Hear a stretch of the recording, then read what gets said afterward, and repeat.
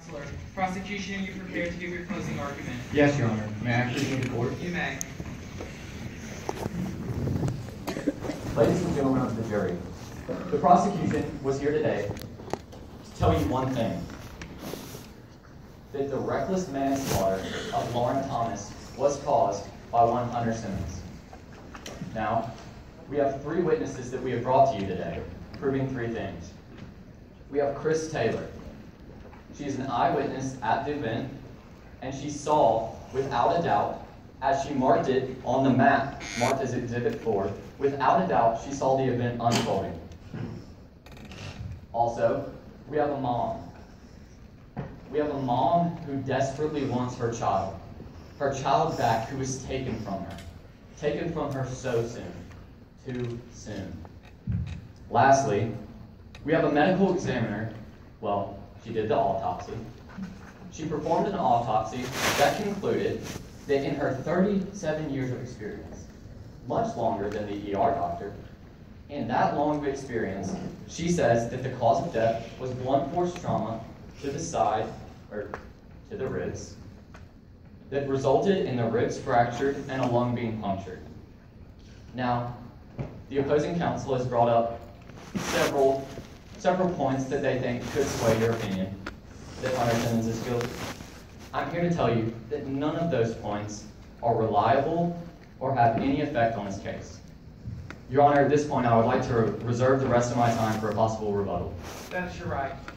Defense, have you prepared to note as closing argument? Yes, Your Honor. May I have freedom of the court? You may. May it please the court, Your Honor, ladies and gentlemen of the jury, injustice, a term defined as the absence of what is just and what is right.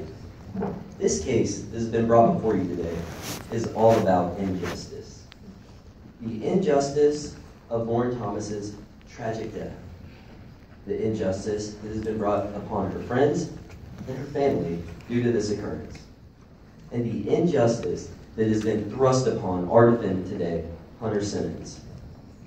As the Greek philosopher Plato tells us, the worst form of injustice is pretended justice.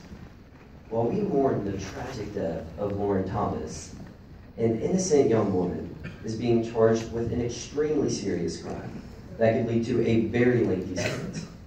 If deemed guilty, she will be taken away from everything she has ever known for a crime that she simply did not commit.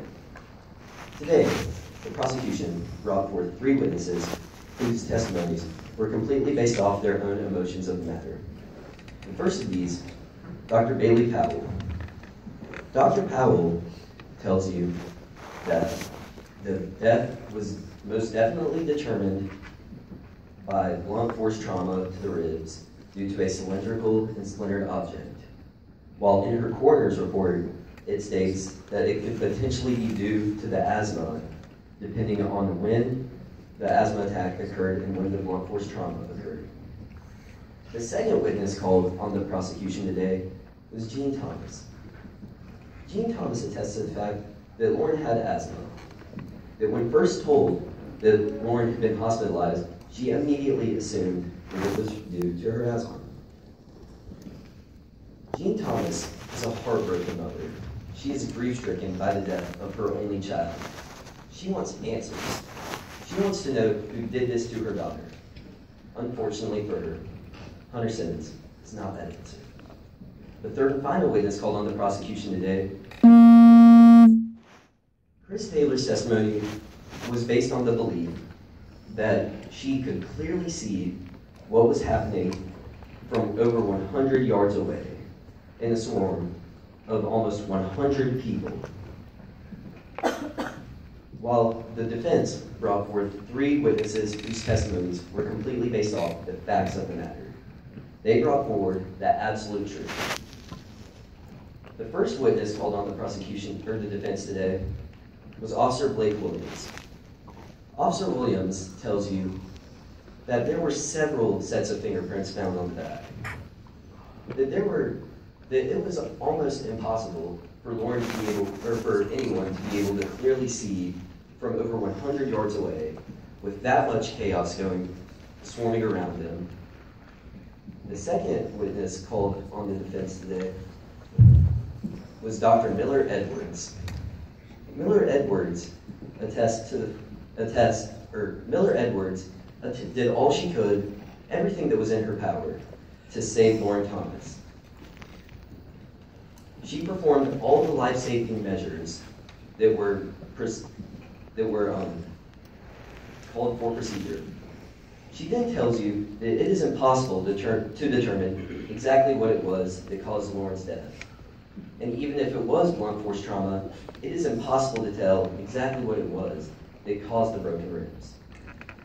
The third and final witness called today was Miss Henley Wells. Henley Wells attests to 3 facts. The first, Hunter Simmons left a bat at home. Number 2, that Hunter Simmons and Henley Wells fled as soon as chaos began to start. The third and final fact that Henley Wells presented was that Hunter Simmons never strikes Lauren. She doesn't even strike her violently enough to injure her at all, more or less end her life. Today, the prosecution needed to prove 2 things to you. The first, Lauren Thomas is dead. The second is that Hunter Simmons caused the death of Lauren Thomas by recklessly beating and striking her. The prosecution has failed to prove these claims. They brought forth 3 witnesses who testified based on their own emotions, based on their opinions of the matter, while the defense brought forth 3 highly credible witnesses that testified to the absolute truth, that Hunter Simmons is not guilty of manslaughter. You must not allow this injustice to continue. Thank you, Counselor. Your time has elapsed. Will there be a rebuttal? Yes, Your Honor. May I agree with the court? You may. I would like to clarify a few things for the jury. First of all, Dr. Powell, our medical examiner, was not acting on any emotions of the matter. She had never met any of the family beforehand. She is an expert sworn into court, and her report is marked under evidence. Next, on the account of asthma, that asthma could have affected this at all. Asthma attack could have been brought on by severe stress from the matting. Well, let's say that is true. Why would she have had an asthma attack but for Hunter Simmons attacking her with a baseball bat? Next, the matter of the cop. Miss Officer Williams was said that she was not drinking at all the night of the game. Well then, why would drinking apple juice impair you to drive home at all? Why would this be so severe that you would put it in your affidavit? That raises a question if she was lying. What else could she be lying about? Now, I want you to know that Hunter Simmons had motive. She had motive in this matter